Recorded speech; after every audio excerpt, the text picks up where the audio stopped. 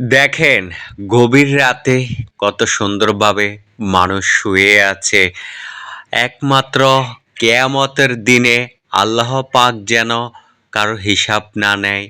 আপনারা সবাই দোয়া করবেন কেয়ামতের দিনে যেন কোনো বিচার না বসায় এদের জন্য। কারণ এই গভীর শীতের রাতে এরা যে কষ্ট করতেছে, আল্লাহ পাক যেন এদের সকলের গুনাহ মাফ করে দেয়। এবং সেই গুনাহ মাফ করার জন্যই এরা এত কষ্ট করতেছে। এবং এরা দেখেন মশারি টানিয়ে, খুব সুন্দরভাবে মশারি টানিয়ে, মশারির ভিতরে কেউ জিকির করতেছে, আবার দেখা যায় কেউ রাস্তাঘাটে হেঁটে হেঁটে জিকির করতেছে, এবং কেউ দেখা যাচ্ছে যে মশারির ভিতরেও বসে বসে জিকির করতেছে, কেউ মশারি ছাড়া শুয়ে আছে। দেখতেই অবাক কাণ্ড। সবার তো আর মশারি নেই, হ্যাঁ? কিন্তু যাদের মশারি আছে তারা মশারি টানিয়েছে।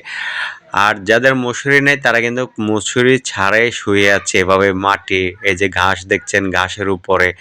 আর সুতরাং সামনে আরো খুব সুন্দর জিনিস দেখবেন, সেটা হচ্ছে এই যে দেখেন বিশ্ব ইজতেমা, ঠিক আছে? ২০২৫, হ্যাঁ, সফল হোক।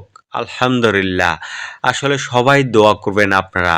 বিশ্ব ইজতেমা যেন পুরোপুরি একদম আল্লাহর কাছে সফল হয়, এবং আল্লাহ পাক যেন এই বিশ্ব ইজতেমা কবুল করে। সবার দোয়া যেন কবুল করে। সবাই অনেক দূর থেকে, বহু দূর থেকে এখানে এসেছে। অনেক কষ্ট করে দেখেন মানুষ নিজেরাই দোহালি করতেছে এবং পাক-শাকও করতেছে পাশে। আবার কেউ দেখা যায় রাস্তাঘাটে ঘোরাফেরাও করতেছে। গভীর রাত হয়ে গেছে তারপরও কারোর ঘুম আসতেছে না দেখেন। খুবই অবাক কাণ্ড, ঠিক আছে? এই দৃশ্য দেখলে সত্যি নিজের কাছেও অন্যরকম লাগে। হ্যাঁ, আমার নিজেরই ঘুম আসতেছে না। আমিও হাঁটতেছি এই গভীর রাতে। তাই মনে করেন যে সবাই এই দেখেন, সবার জন্য দোয়া করবেন আশা করি। যে যেখান থেকেই দেখতেছেন, দয়া করে সবাই সবার জন্য দোয়া করবেন। আল্লাহ পাক যেন কিয়ামতের দিন এদের সবাইকে, সবার গুনাহ মাফ করে দেয়। এবং দেখেন তারা কত সুন্দর করে, কত কষ্ট করে, হ্যাঁ, সবজিও এই যে দেখেন সবজি কুচি করেছে। আবার দেখা যায় পাতিলের ভিতরে মাংস বসিয়েছে। এই যে দেখেন কত সুন্দর গরুর মাংস পাকাইছে। আবার এই পাশে দেখেন, এই পাশে কিন্তু তেমন কিছু না।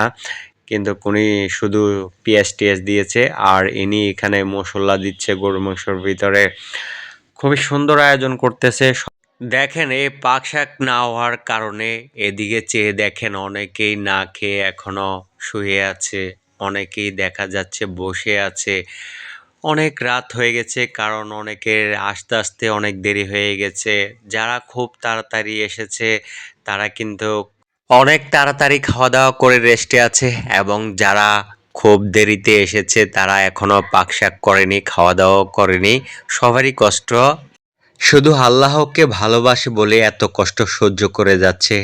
তাই সবার কাছে একটাই দোয়া চাচ্ছি, সবাই সবার জন্য দোয়া করবেন। আল্লাহ হাফেজ।